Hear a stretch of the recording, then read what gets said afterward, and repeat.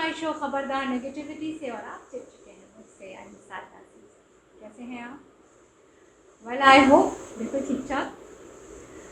Well मेरी तबीयत ख़राब हो गई थी, so I want to thank all my viewers. कैसे पता चल जाता है पता नहीं, बट 2 दिन बुखार था एंड उसके बाद 3-4 दिन ऐसे ही कर जाते हैं, 5 दिन।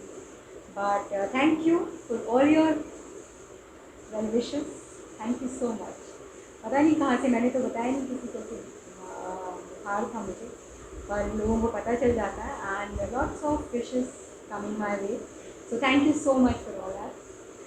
मुंबई में बहुत ही औसम वेदर हो रहा है, और तो बहुत बारिश हुई और काफ़ी कई जगह तबाही भी हुई, बट आई एन्जॉय इट। आपको पता है मुंबई की सबसे अच्छी चीज़ मुझे उसकी बारिश ही लगती है। So I am really enjoying this rainy season and I hope आपके इधर ही बारिश हो रही होगी। तो चलिए बिना देरी किए हुए चलते हैं अपने इस प्रोग्राम की तरफ, यानी कि पहले सेक्शन की तरफ, इस हफ्ते की 5 थॉट। चलें।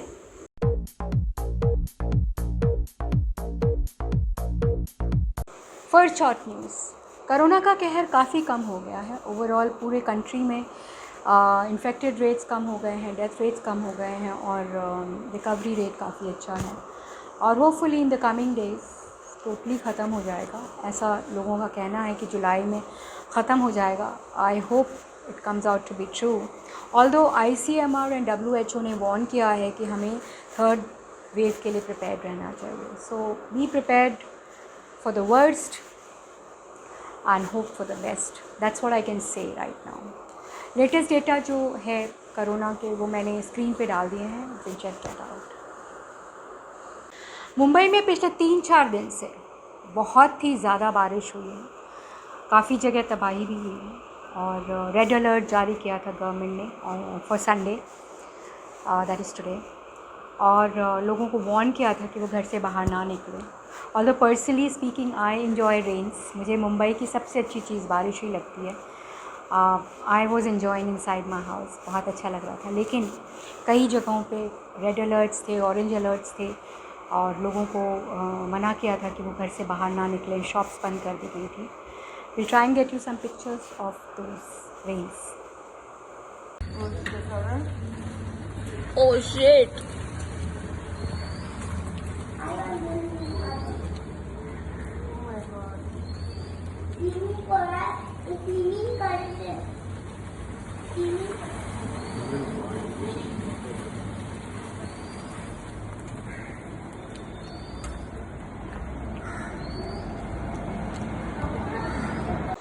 राजनीतिक गलियारों में काफ़ी हलचल रही।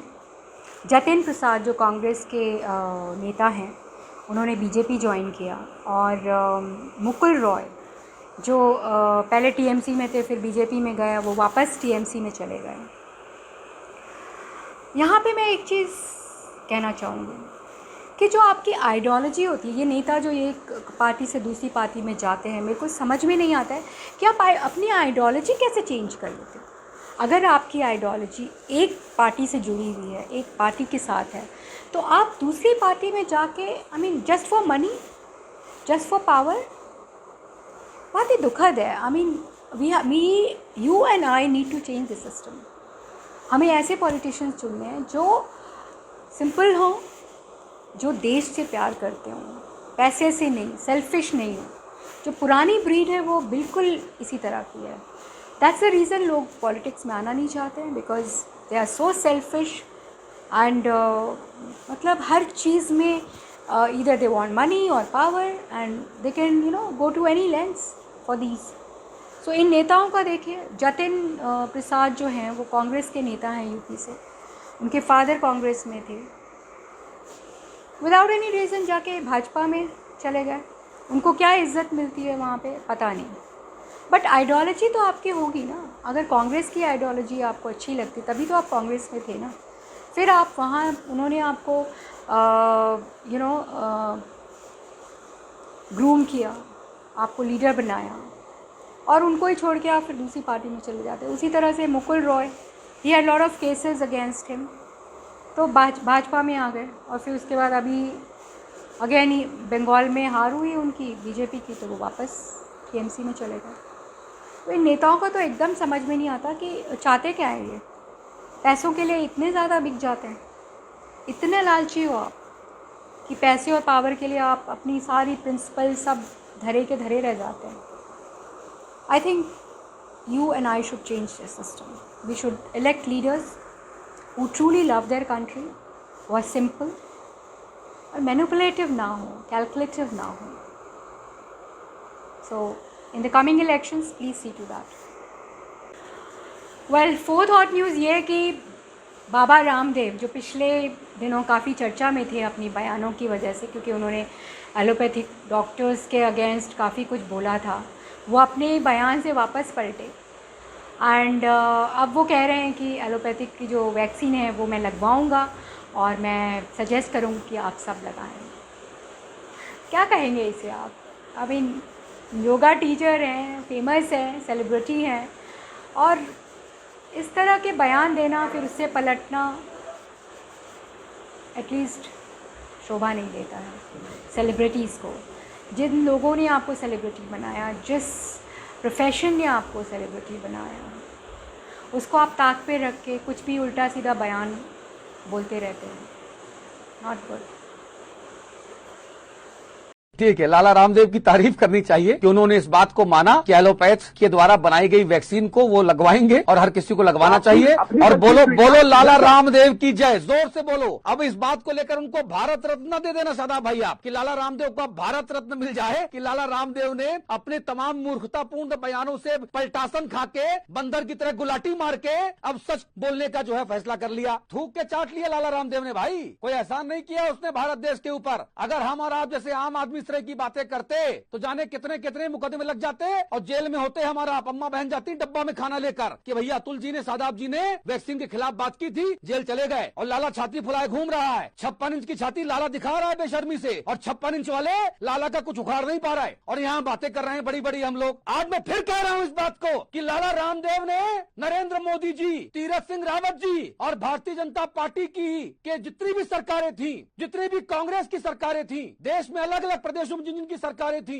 उन्होंने कोरोना को भगाने के लिए, कोरोना को हराने के लिए ईमानदारी से जो वैक्सीनेशन ड्राइव चलाया था, लाला रामदेव ने उनकी हवा निकाली। भले ही थोड़ा असर हुआ लेकिन उसका असर हुआ। लाला रामदेव इसका अपराधी है और बीजेपी शासित सरकारों ने लाला रामदेव के खिलाफ कोई भी आधिकारिक कार्रवाई नहीं की, यह गलत हुआ। दूसरी बात, लाला रामदेव के लिए मैं कहता हूं कि जिनके आंगन में रईसी का शजर लगता है, उनका हर ऐब लोगों को हुनर लगता है। लाला रामदेव के पास मोटा माल है। लाला रामदेव बात के पहले पैसा देता है, बात के पहले पैसा, समझ गए आप। और चूंकि लाला रामदेव का जो चांदी का जूता है ना, वो सब पे चलता है, वो बड़े बड़े मीडिया घरानों पे भी चलता है, बड़े बड़े नेताओं पे भी चलता है, बड़े बड़े अफसरों और राजनीतिक दलों पे भी चलता है। इसीलिए बाबा का कोई कुछ बिगाड़ता नहीं है, बिगाड़ नहीं पाता है। और इसीलिए बाबा मदमस्त हाथी की तरह चलता है, डनाडन डनाडन, समझ गए। इसमें सब शामिल हैं, सब शामिल हैं। और बाबा रामदेव अगर नरेंद्र मोदी जी के द्वारा देश को दिए गए संबोधन के बाद लाइन पे आया तो कोई एहसान नहीं किया, ये काम बहुत पहले होना चाहिए था।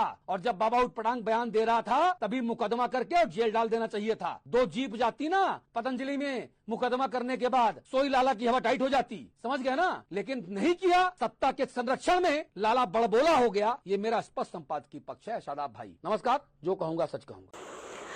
Well, fifth hot news, international front पे there was a summit meeting between President Putin of Russia and President Biden of USA.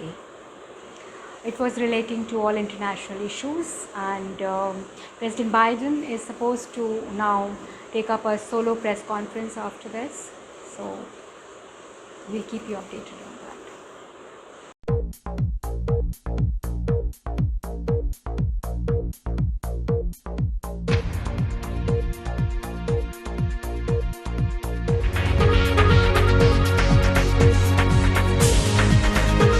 Welcome to our section, Our Big Story. Well, आज भी we have a celebrity doctor again on our show, and it's indeed an honor and pleasure to have him on our show, Dr. Krishnan Rajbhar, who is an ENT specialist of Delhi. तो आज वो हमें बताएंगे कि post Covid जो complications होती हैं उसको कैसे हैंडल करना है, and it's indeed an honor to have him on the show. Thank you so much, Dr. Rajbhar, for agreeing to come on to our show. Thank you so much and welcome. Hello everyone, मैं doctor Krishna Rajbhar, मैं ENT surgeon Delhi से हूँ और मैं Indian medical association में को convener हूँ, junior doctor network Delhi chapter का। आज मैं पोस्ट कोविड कॉम्प्लिकेशंस के बारे में बताऊंगा।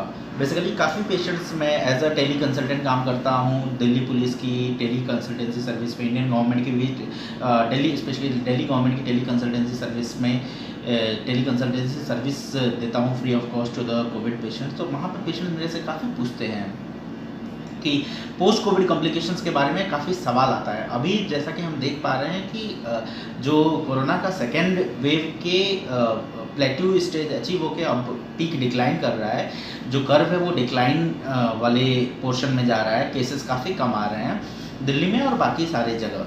सो अब हमारे पास काफ़ी पेशेंट्स आते हैं पोस्ट कोविड कॉम्प्लिकेशंस के साथ और कई जगह पोस्ट कोविड OPD भी शुरू हो गई हैं। और जैसा कि हमारे रिस्पेक्टेड डॉक्टर के अग्रवाल सर ने अपने लास्ट वीडियो में कही थी ये बात कि हमें मास OPD की तरफ ध्यान देना चाहिए, जो केसेस बढ़ रहे थे उसके रिगार्डिंग। तो ऐसा नहीं है कि केवल उसी समय मास OPD काफ़ी किसी भी pandemic and post pandemic effects को मैनेज करने में बहुत हेल्पफुल होता है। तो मेरा ये मास OPD की तरफ एक मेरा इनिशिएटिव है। आज हम बात करेंगे पोस्ट कोविड कॉम्प्लिकेशन के बारे में। तो पोस्ट कोविड कॉम्प्लिकेशंस और उसके मैनेजमेंट समझने से पहले हमें ये समझना होगा कि जो हमारा नोवेल कोरोना वायरस कोविड-19 है वो कौन कौन से ऑर्गन को मेनली इफेक्ट करता है। तो जैसा कि आपको पता होगा ये बेसिकली नेजोफेरेंजियल एयरवेज से एंटर करके सबसे पहले हमारे नोज में, हमारे ओरल कैविटी में, हमारे रेस्पिरेटरी ट्रैक्ट को अफेक्ट करता है और फिर हमारे फेफड़ों को अफेक्ट करता है। तो इसके कुछ सिस्टमिक इफेक्ट्स भी देखे गए हैं। अब नई स्टडीज़ हमें इस तरफ इशारा करती है कि ये beta cells of the pancreas को भी अफेक्ट करता है, जिससे कि ग्लाइसेमिक कंट्रोल, जो शुगर लेवल होता है वो डिसबैलेंस होता है, वो डिसरेगुलेट होता है। सो हम अगर उस अंक वाइज हम बात करें तो हमारे लिए समझना और मैनेज करना भी बेटर होगा। जैसे कि पोस्ट कोविड में पेशेंट बोलते हैं कि नाक हमारा बंद रहता है। सो ये कॉम्प्लिकेशन है और इन कॉम्प्लिकेशन के साथ साथ मैं मैनेजमेंट भी इनके डिस्कस करूंगा। सो नाक बंद रहता है, अगर आपका नाक बंद रहता है या लगता है नाक में कुछ फंसा हुआ है, ऐसा पेशेंट्स को काफ़ी लगता है। और मैं आपसे ये बोलूँगा कि मैं तो आपको एक बेसिक सजेशन दे रहा हूँ, बीइंग अ ENT सर्जन मैं इसके लिए स्पेशलिस्ट एडवाइस भी दे सकता हूँ, बट मैं आपसे हमेशा बोलूँगा कि OPD में जाके डॉक्टर से परीक्षण कराने में एग्जामिनेशन कराना हमेशा बेहतर होता है। क्योंकि कुछ भी हो, चाहे टेलीमेडिसिन हो, चाहे एक वीडियो के माध्यम से हम 100% चीज़ें नहीं डायग्नोज कर पाते। हमारी ये सब कुछ लिमिटेशंस होती है, कई बार कुछ जांच भी करानी होती है, वो हमेशा OPD में जाके। तो हमारा जो OPD कंसल्टेंसी है, लाइव कंसल्टेंसी है, वो कोई भी चाहे मास OPD वीडियो के थ्रू या फिर टेली कंसल्टेंसी कुछ भी रिप्लेस नहीं कर सकता। Nothing is as superior as the live OPD by going to the doctors OPD। So अगर नाक में आपको नाक बंद जैसा लगता है, आपको लगता है कि नाक आपके बंद हो गए हैं, तो उसमें एक पोस्ट कोविड में 1-2 महीने तक ये दिक्कत रहती है। तो उसमें आप स्टीम ले सकते हैं। स्टीम के साथ मैं अपने पेशेंट्स को बोलता हूँ कार्बोल कैप्सूल डालने के लिए, कार्बोल कैप्सूल डाल के आप स्टीम ले सकते हैं। स्टीम ले सकते हैं और इसके साथ साथ नेज़ोक्लियर ड्रॉप होता है, नेज़ोक्लियर ड्रॉप आप डाल सकते हैं, ठीक है। और इसके साथ साथ कई लोगों को मुंह में टॉन्सिल बढ़ जाते हैं, पोस्ट कोविड इन्फेक्शन टॉन्सिल बढ़ जाते हैं। तो उसमें टॉन्सिल का तो पूरा इलाज लिया जाता है। आप डॉक्टर्स को कंसल्ट करें। आप अगर मुंह खोल के शीशे के सामने आप देखेंगे, मुंह खोल के शीशे के सामने आप देखेंगे तो भी आपको लग जाएगा कि आपको टॉन्सिल बढ़े हैं। फिर उसके लिए पूरी इलाज ली जाती है, एंटीबायोटिक थेरेपी चलती है, बिटाडिन गार्गल हम देते हैं, पोविटोटल गार्गल मैं पेशेंट्स को देता हूं अपने। और इसके साथ साथ आप स्टीम से थोड़ी रिलीफ मिल जाती है। रेगुलर स्टीम ले, ओवर स्टीमिंग ना करें। मैं आपसे बोलूँगा कि दिन में 2 बार 5 मिनट के लिए स्टीम लेना काफ़ी है, इससे ज़्यादा ना लें कि आप ओवर जेलस होके 4-5 बार ले रहे हैं। कई लोग काढ़ा, गर्म काढ़ा काफ़ी पीते हैं कोविड की होने के दौरान या उससे एज अ प्रिवेंटिव मेजर, वो ना करें। बहुत गर्म काढ़ा पीने का कोई फ़ायदा नहीं है। आप पी सकते हो, कोई नुकसान नहीं है काढ़े का, बट ऐसा ना हो कि आप बहुत गर्म काढ़ा आप दिन में बहुत बार पी रहे हो। गर्मी के सीज़न में ऑलरेडी आपको नुकसान करेगा। उसके साथ साथ आप गार्गल्स तो रेगुलर कर सकते हैं। गार्गल्स हम नॉर्मली भी ओरल हाइजीन मेंटेन करने के लिए करते हैं। इसके साथ साथ पेशेंट्स को कई बार छाती हैवी रहती है, ऐसा पेशेंट कंप्लेन करते हैं कि सांस उतनी अच्छी नहीं आ रही है पोस्ट। अब आपको पता होगा कोविड इन्फेक्शन की वजह से पल्मोनरी फाइब्रोसिस हो जाता है। फाइब्रोसिस होता है तो उसके इफेक्ट्स को न्यूट्रलाइज करने में काफ़ी टाइम लगता है, एटलीस्ट 3-4 मंथ्स तक इफेक्ट रहता है। तो आप नॉर्मली जो आपको इंसेंटिव स्पायरोमेट्री एक्सरसाइज और ब्रीदिंग एक्सरसाइज जो कि डॉक्टर्स रेगुलर बताते हैं, आपके डॉक्टर्स भी बताए होंगे 7-8 टाइप्स की एक्सरसाइज होती है, वो आप रेगुलर करते रहें। Diaphragm exercise, breathing in rectangle exercise, ऐसे करके 8 अलग अलग तरह। इस वीडियो में वो हम डिस्कस नहीं करेंगे, वो किसी सेपरेट वीडियो में हम डिस्कस कर सकते हैं। तो 7 to 8 टाइप्स ऑफ एक्सरसाइज है वो रेगुलर करते रहें, उससे आपका फेफड़े समय के साथ मजबूत होते रहेंगे और जो पोस्ट कोविड फाइब्रोसिस या Covid induced fibrosis, pulmonary fibrosis होता है, उससे निजात पाने में हमें मदद मिलेगी। इसके साथ साथ जो एक अब इसके बाद क्या होता है कि ग्लाइसेमिक कंट्रोल, जो ग्लाइसेमिक कंट्रोल होता है, कई बार न्यूली डायग्नोज्ड जो डायबिटिक पेशेंट हमारे पास आते हैं कोविड के बाद, तो न्यूली डायग्नोज्ड कोविड पेशेंट्स जो होते हैं उनको पूरा फिर एंडोक्राइनोलॉजिस्ट या फिर मेडिसिन डॉक्टर के पास जाके डायबिटिक की ट्रीटमेंट शुरू करनी होती है। आप शुगर मॉनिटर रेगुलर करते हैं, क्योंकि एक तो कोरोना वायरस के भी रिपोर्टेड पेपर्स हैं जिसमें ये लिखा गया है कि ये पैनक्रियाज में बीटा सेल्स को इफेक्ट करता है।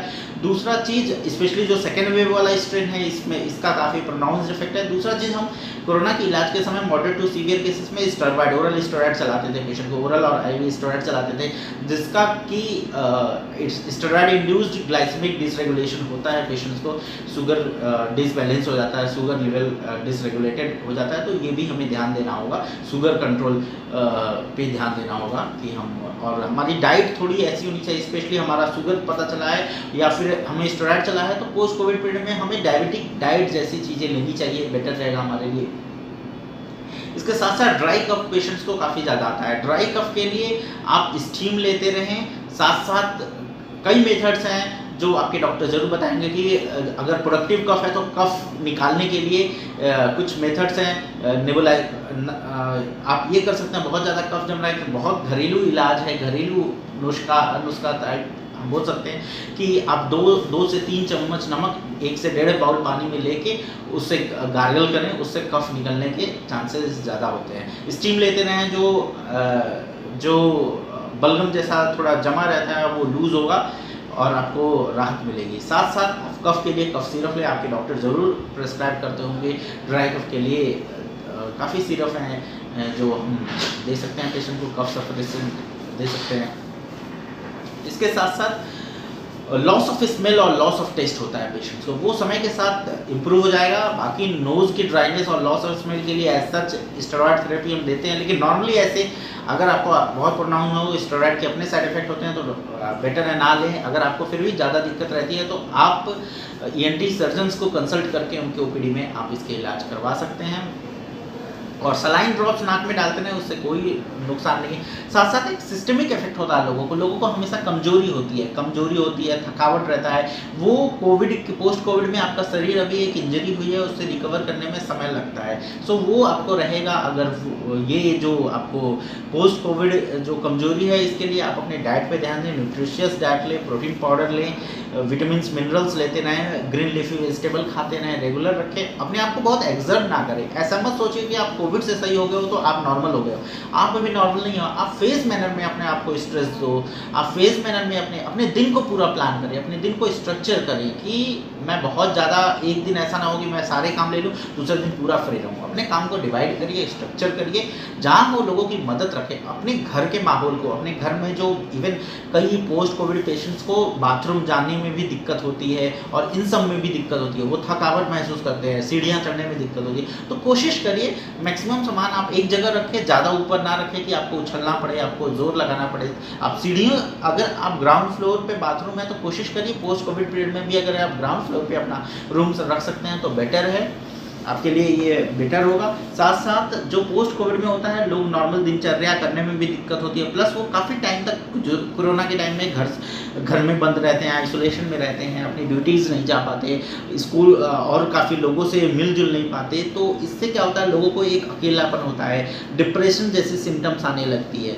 So post trauma stress disorder, PTSD जिसको बोलते हैं, और डिप्रेशन जैसे सिम्टम्स आती है। इसके लिए आप प्रोफेशनल साइकोलॉजिस्ट एंड साइकेट्रिस्ट की मदद लें, काउंसलिंग थेरेपी लें, टेली कंसल्टेंसी के थ्रू काउंसलिंग थेरेपी आप ले सकते हैं। और बाकी एक ये जो पोस्ट कोविड पीरियड है, पोस्ट कोविड कॉम्प्लिकेशन और मैनेजमेंट है, इसका पूरा मल्टी डिसिप्लिनरी अप्रोच है। सभी स्पेशलिटी के लोगों का रोल है इसमें। तो आपको जिस सिस्टम की दिक्कत है, आप उस स्पेशलिटी के लोगों से कंसर्न दिक्कत सॉल्व कराएं, बाकी एक जनरल काउंसलिंग एंड ऑल करते रहें। अपने लाइफस्टाइल को मॉडिफाई करें, साथ साथ आप पॉजिटिव रहें, हमेशा पॉजिटिव रहें। आप नॉर्मल हो जाओगे, समय लगेगा। जो कोरोना वायरस की वजह से हमारे शरीर को जो इफेक्ट हुआ है, जो इंजरी हुई है, उसको सही होने में समय लगेगा। आप पॉजिटिव रहें, अपने लाइफस्टाइल को रेगुलेट करें, पॉजिटिव बुक पढ़ें, पॉजिटिव वीडियोस देखें, मोटिवेटेड रहें। All the best for your quick recovery from this post covid complication. This is doctor Krishna signing of.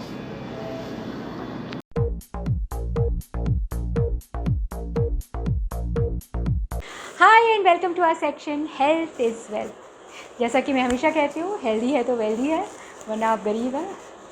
आपके पास कितने भी पैसे हों, लेकिन अगर आपके पास हेल्थ नहीं है तो trust me, you are the poorest person on this earth. Okay, well, आज के सेक्शन में हम आपको 3 सुपर फूड्स के बारे में बताने वाले हैं जो आपके ब्लड को प्यूरिफाई कर सकते हैं। मैंने काफ़ी रिसर्च किया, काफ़ी लोगों से कंसल्ट करके पूछा, and they finally zero down on 3 super foods जो आपके ब्लड को प्योरीफाई करते हैं। आपको पता है, ज़्यादातर जो डिजीज़ की जो जड़ होती है वो ब्लड होता है या आपका स्टमक होता है, क्योंकि ब्लड जो है वो ऑक्सीजन सप्लाई करता है from to different organs, to heart, everywhere. तो अगर ब्लड प्योरीफाइड नहीं होगा तो टॉक्सिक होगा उसमें, तो वो बीमारियों का एकदम जड़ होता है।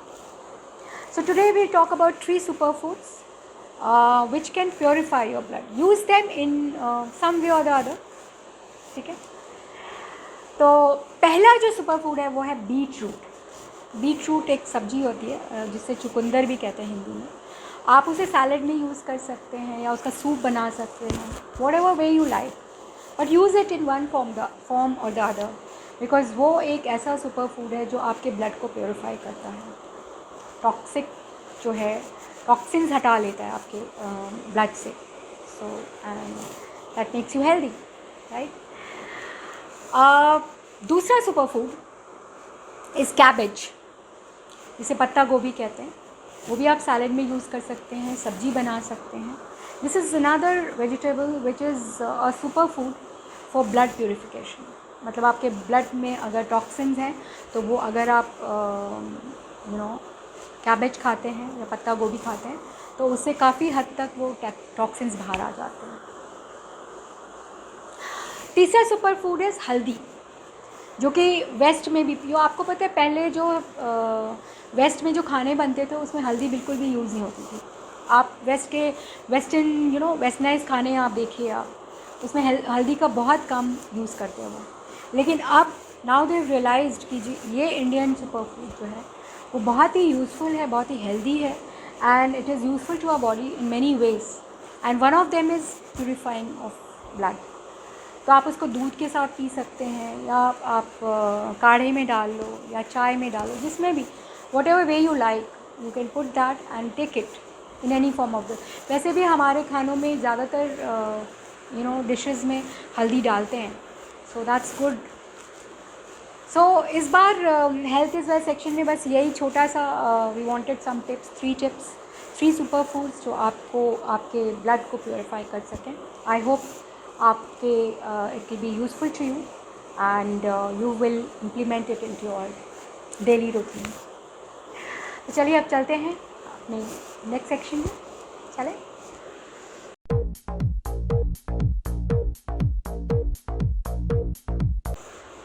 Hi and welcome to our section motivation. Well, entertainment and motivation हमने कंबाइन कर दिया है, and we got today 5 quotes which will keep you inspired the entire week, hopefully. So let's tell you about those quotes. The first quote is that 10% of your life is what happens to you, and 90% of your life is how you react to it. That is according to Charles Swindoll. Yeah, Charles Swindoll. He said that 10% of your life is what happens to you, whatever incidents happen, या जो भी आपकी ज़िंदगी में कुछ भी हो रहा है, 10% वो होता है, लेकिन 90% जो लाइफ में आपके होता है वो आप कैसे उस सिचुएशन को या उस इंसिडेंट पे कैसे रिएक्ट करते हैं, उसकी वजह से. Second quote is by Winston Churchill. He says that if you keep your calm in any situation, you will be able to handle every situation. Mentally, keep your calm, which is so important in life. Situation कोई भी हो, tough हो या easy हो, लेकिन अगर आप chill out हैं, आप कूल हैं, आप काम हैं, तो ट्रस्ट मी, वो काम आप अच्छे से कर पाएंगे, वो सिचुएशन आप अच्छे से हैंडल कर पाएंगे, और वो इंसिडेंट आप अच्छे से you'll be able to handle it. So don't lose your cool, keep your calm, right? Third quote is by Marilyn Monroe. She's an actress, very famous actress. According to her, if you keep smiling all the time in any situation, that makes your life very beautiful, because life is beautiful, and if you carry on just smiling it will become more beautiful. So don't forget to smile in any situation. Yeah. Fourth quote is that health is the greatest gift, contentment is the greatest wealth, and faithfulness is the greatest relationship. In fact, it's the best relationship. This is according to Buddha. He says that health है आपके पास, तो that's the greatest gift you can have. और अगर आपके मन में शांति है, आपका mentally at peace हो, और आप शांत हो, content हो, तो that is the greatest wealth. वो बहुत सबसे बड़ी दौलत वही है. और faithfulness relationship में, that's the best relationship you can have. So be content, be healthy, and stay faithful. Fifth quote, according to Dr. Seuss, he says that if you have brains in your head and feet in your shoes, you can steer your life in any direction. यानी उनका कहने का मतलब है कि अगर आपके पास दिमाग है और आपके पैर में जूते हैं, तो आप अपनी ज़िंदगी किसी भी डायरेक्शन में ले जा सकते हैं, जो करना चाहें वो कर सकते हैं, राइट. सो आपके पास दिमाग भी है, आपके जो पैर हैं वो जूते हैं, पैरों में जूते हैं, तो गो अहेड, एम्बिशंस अपनी पूरी करिए. सो इसके साथ ही we come to the end of this program. I hope आपको अच्छा लगा हो. बहुत शॉर्ट रखने की कोशिश करी हमने, बिकॉज शॉर्ट वीडियोज़ जल्दी लोग देख लेते हैं. And if you like it, please don't forget to like, share and subscribe. ठीक है. We want to carry these messages, good messages to everyone around you. तो अपने 5 फ्रेंड्स को तो एटलीस्ट शेयर करिए ना. So thank you so much for joining me again and again on this show. I'll try and be regular because मेरी तबीयत नहीं ठीक थी, तो इस बार थोड़ा डिले हो गया था video, but hopefully next week से we'll be regular. So thank you so much. Love you all. Take care of yourself and stay fit, stay healthy. Bye bye. Ciao.